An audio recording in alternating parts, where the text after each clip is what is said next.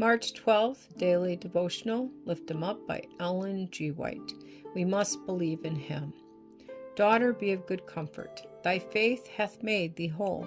Go in peace. Luke chapter 8, verse 48. On the way to the ruler's house, Jesus had met in the crowd a poor woman who for 12 years had suffered from a disease that made her life a burden. She had spent all her means upon physicians and remedies, only to be pronounced incurable. But her hopes revived when she heard the cures that Christ performed.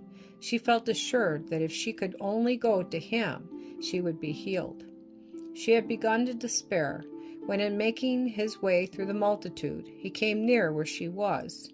The golden opportunity had come. She was in the presence of the great physician. But amid the confusion, she could not speak to him, nor catch more than a passing glimpse of his figure. Fearful of losing her one chance of relief, she pressed forward, saying to herself, "If I may but touch his clothes, I shall be whole." Mark chapter 5, verse 28. As he was passing, she reached forward and succeeded in barely touching the border of his garment. But in that moment, she knew that she was healed.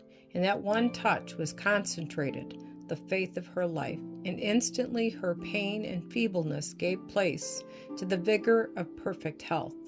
Suddenly Jesus stopped, and the people halted with him. He turned and, looking about, asked in a voice distinctly heard above the confusion of the multitude, "Who touched me?" Mark chapter 5, verse 30. The Savior could distinguish the touch of faith from the casual contact of the careless throng. Such trust should not be passed without comment.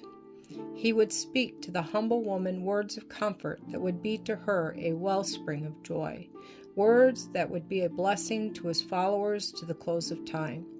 Jesus insisted on knowing who had touched him. Finding concealment vain, she came forward trembling and cast herself at his feet. With grateful tears, she told the story of her suffering and how she had found relief. Jesus gently said, "Daughter, be of good comfort. Thy faith hath made thee whole. Go in peace." Luke chapter 8, verse 48. It was not through the outward contact with him, but through the faith which took hold on his divine power, that the cure was wrought. It is not enough to believe about Christ. We must believe in him.